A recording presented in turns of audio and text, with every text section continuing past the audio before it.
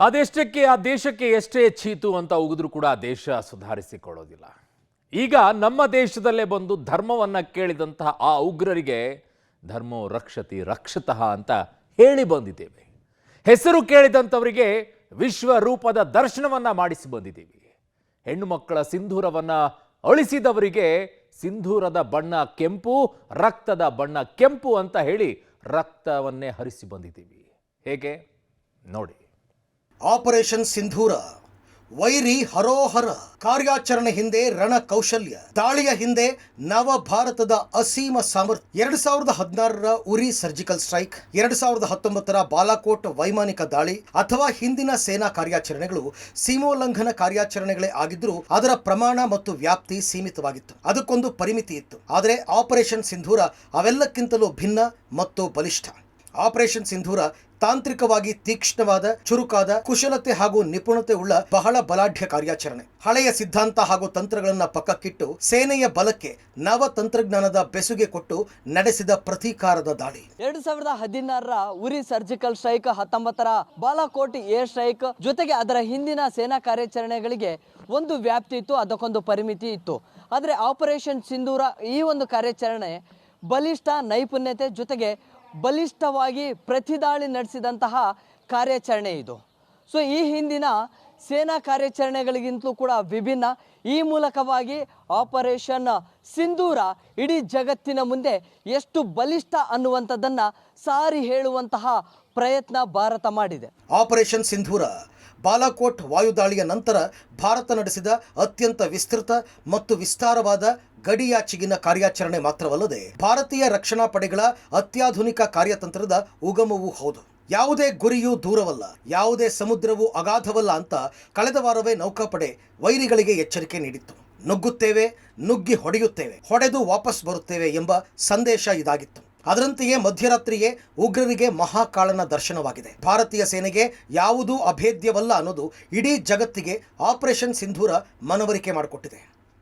ಯಾವ ಗುರಿಯೂ ದೂರ ಅಲ್ಲ, ಯಾವ ಸಮುದ್ರವೂ ಕೂಡ ಅಗಾಧ ಇಲ್ಲ ಅನ್ನುವಂಥದ್ದನ್ನು ನಮ್ಮ ನೌಕಾಪಡೆ ಕಳೆದ ವಾರವೇ ವೈರಿ ದೇಶಕ್ಕೆ ಎಚ್ಚರಿಕೆಯನ್ನು ಕೊಟ್ಟಿದೆ. ಅದರ ಅರ್ಥ ನಾವು ವೈರಿ ದೇಶದೊಳಗಡೆ ನುಗ್ಗಿ ಹೊಡಿತೇವೆ, ಹೊಡೆದು ವಾಪಸ್ ಬರ್ತೇವೆ ಅನ್ನುವಂಥದ್ದಾಗಿತ್ತು. ಅದೇ ರೀತಿಯಲ್ಲಿ ಮಧ್ಯರಾತ್ರಿಯಲ್ಲಿ ಮಹಾಕಾಳನ ದರ್ಶನವನ್ನು ಪಾಕಿಸ್ತಾನಕ್ಕೆ ನಮ್ಮ ಸೈನಿಕರು ತೋರಿಸಿದ್ದಾರೆ. ಭಾರತೀಯ ಸೇನೆಗೆ ಯಾವುದೂ ಕೂಡ ಅಭೇದ್ಯ ಅಲ್ಲ ಅನ್ನುವಂಥದ್ದನ್ನು ಆಪರೇಷನ್ ಸಿಂಧೂರ ಮೂಲಕ ಜಗತ್ತಿಗೆ ನಮ್ಮ ಸೇನೆ ಮನವರಿಕೆ ಮಾಡಿಕೊಟ್ಟಿದೆ. ತಪ್ಪಲಿಲ್ಲ ಇಟ್ಟ ಗುರಿ, ತೊಟ್ಟ ಬಾಣ. ದಾಳಿಗೀಡಾದ ಪ್ರತಿ ಉಗ್ರತಾಣವು ದೀರ್ಘಕಾಲದ ಕಣ್ಗಾವಲಿನಲ್ಲಿತ್ತು. ಗೂಢಚಾರಿಗಳ ಜೊತೆ ಉಪಗ್ರಹ ಆಧಾರಿತ ಬೇಹುಗಾರಿಕೆಯ ನೆರವು ದೊಡ್ಡದು.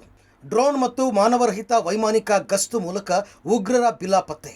ಭಯೋತ್ಪಾದಕರ ದೂರವಾಣಿ ಸಂಭಾಷಣೆ ಭೇದಿಸಿ ಅವರ ಅಡುಗುತಾಣ ಗುರುತಿಸಲಾಗಿತ್ತು. ಉಗ್ರರಿದ್ದ ಸ್ಥಳ ಕೇವಲ ಕಟ್ಟರ್ ಸೈದ್ಧಾಂತಿಕ ಬೋಧನಾ ಕೇಂದ್ರಗಳಾಗಿರಲಿಲ್ಲ.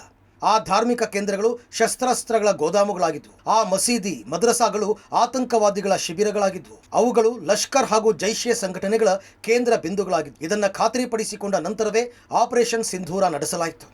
ಈ ಒಂದು ದಾಳಿ ಒಂದು ಯೋಚನೆ ಮಾಡಿ ಪ್ರತ್ಯುತ್ತರ ಕೊಡುವಂಥ ಒಂದು ಪ್ರಕ್ರಿಯೆ ಆಗಿದೆ. ಇದರಲ್ಲಿ ಮೊದಲನೇ ಬಾರಿಗೆ ಭಾರತ ಇನಿಷಿಯೇಟಿವ್ ತಗೊಂಡು ದಾಳಿ ಮಾಡಿದೆ. ಮುಂಚಿನ ಯುದ್ಧಗಳಲ್ಲಿ ಯಾವಾಗಲೂ ಪಾಕಿಸ್ತಾನ ಮೊದಲು ಯುದ್ಧ ಮಾಡಕ್ಕೆ ಬರ್ತಿತ್ತು, ಕಾಲ್ ಕೆರ್ಕೊಂಡು ನಾವು ಅದಕ್ಕೆ ರಿಯಾಕ್ಟ್ ಮಾಡ್ತಿದ್ವಿ. ಈ ಸತಿ ನಾವೇ ಅವ್ರ ಮೇಲೆ ದಾಳಿ ಮಾಡಿ ಅವ್ರಿಗೆ ಒಂದು ಸರಿಯಾದ ಪಾಠ ಕಲಿಸುವಂತ ಪ್ರಕ್ರಿಯೆ ನಡೆಸಿದ್ವಿ. 3 ಸಶಸ್ತ್ರ ಪಡೆಗಳು ಒಂದಾಗಿ ದಾಳಿ ನಡೆಸಿರೋದು ವಿಶ್ವಕ್ಕೆ ಒಂದು ಇದು ಸಂದೇಶ ಕೊಡ್ತಾ ಇದೆ. ಭಾರತ ಒಂದಾಗಿ ನಿಂತಿದೆ, ಎದ್ದು ನಿಂತಿದೆ. ಹಿಂದಿನ ಭಾರತ ಅಲ್ಲ, ಮುಂದಿನ ದಿನಗಳಲ್ಲಿ ಭಾರತದ ಉತ್ತುಂಗ ಶಿಖರಕ್ಕೆ ಹೋಗೋದು ಖಂಡಿತ ಅನ್ನೋದನ್ನ ಈ ಒಂದು ಸಂದೇಶ ಕೊಡ್ತಿದೆ. ಜಗತ್ತಿನ ಎಲ್ಲ ರಾಷ್ಟ್ರಗಳಿಗಿಂತ ತಾನೆಷ್ಟು ಭಿನ್ನ ಅಂತ ತೋರಿಸಲು ಪ್ರತಿಯೊಂದು ದೇಶಕ್ಕೂ ತನ್ನದೇ ಆದ ವೈಶಿಷ್ಟ್ಯತೆಗಳಿವೆ. ಅಂಥ ವಿಶೇಷ ಸಾರ್ವಭೌಮತ್ವವನ್ನು ಭಾರತ ಇಂದು ಸ್ಥಾಪಿಸಿದೆ. ವಿಶ್ವ ಭೂಪಟದಲ್ಲಿ ತಾನೆಷ್ಟು ಬಲಶಾಲಿ ಅನ್ನೋದನ್ನ ನಿರೂಪಿಸಿದೆ. ದೇಶದ ಭದ್ರತೆಗೆ ಧಕ್ಕೆ ಉಂಟಾದರೆ ಯಾವ ಹಂತಕ್ಕೆ ಬೇಕಾದರೂ ಹೋಗ್ತೀವಿ ಎಂಬ ಗಟ್ಟಿ ಸಂದೇಶ ರವಾನಿಸಿದೆ. ನವ ಭಾರತದ ಧೀಶ ಯಾವುದೇ ಗುರಿ ಇರಲಿ ತಲುಪಿಯೇ ತೀರುತ್ತೇವೆ, ಯಾವುದೇ ಸವಾಲಿರಲಿ ಜವಾಬು ಕೊಟ್ಟೇ ಕೊಡ್ತೇವೆ. ಉಗ್ರರನ್ನು ಬಿಡಲ್ಲ, ಅದರ ಪೋಷಕರನ್ನು ಬಿಡಲ್ಲ. ನಮ್ಮ ತಂಟೆಗೆ ಬಂದರೆ ದೇಶದ ಗಡಿ ನೋಡದೆ ನುಗ್ಗಿ ಹೊಡೆಯುತ್ತೇವೆ. ನಮ್ಮವರನ್ನ ರಕ್ಷಿಸುವ ರಕ್ಕಸರನ್ನ ಶಿಕ್ಷಿಸುವ ಹಕ್ಕು ನಮಗಿದೆ. ಉಗ್ರ ಸಂಹಾರದ ಜೊತೆಗೆ ಉಗ್ರ ಚಟುವಟಿಕೆಯ ಅಡಿಪಾಯವೇ ಬುಡಮೇಲಾಗಿದೆ.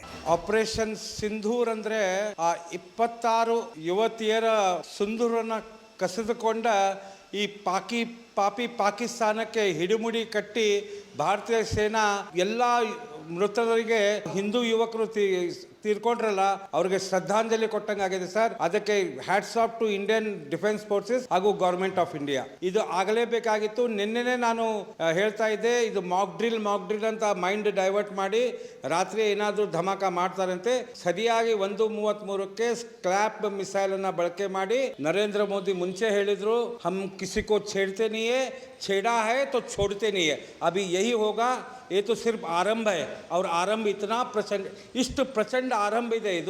ಇದರ ಮುಂದಿನ ಭಾಗ ಎಲ್ಲಿವರೆಗೂ POK ಕ್ಯಾಪ್ಚರ್ ಆಗಿ ಪಾಕಿಸ್ತಾನ ಮೂರ್ತುಂಡು ಆಗಲ್ವೋ ಈ ಯುದ್ಧ ಈಗ ನಿಲ್ಲಲ್ಲ, ಇದು ಕಂಟಿನ್ಯೂ ಆಗಿ ಉಳಿತದೆ. ಧೈರ್ಯಶಾಲಿಯದ್ದು ನೇರ ಮಾರ್ಗವಾದರೆ ಹೇಡಿಗಳದ್ದು ಸದಾ ಅಡ್ಡ ಮಾರ್ಗವೇ. ರಣಹೇಡಿಗಳ ಸಾಲಿಗೆ ನಿಲ್ಲುವ ದೇಶ ದುಶ್ಮನ್ ಪಾಕಿಸ್ತಾನ. ಏನೇ ಮಾಡಿದ್ರೂ ಅಡ್ಡ ದಾರಿಯಲ್ಲಿ ಮಾಡೋದು ಪಾಕಿಸ್ತಾನಕ್ಕೆ ರಕ್ತಗತ.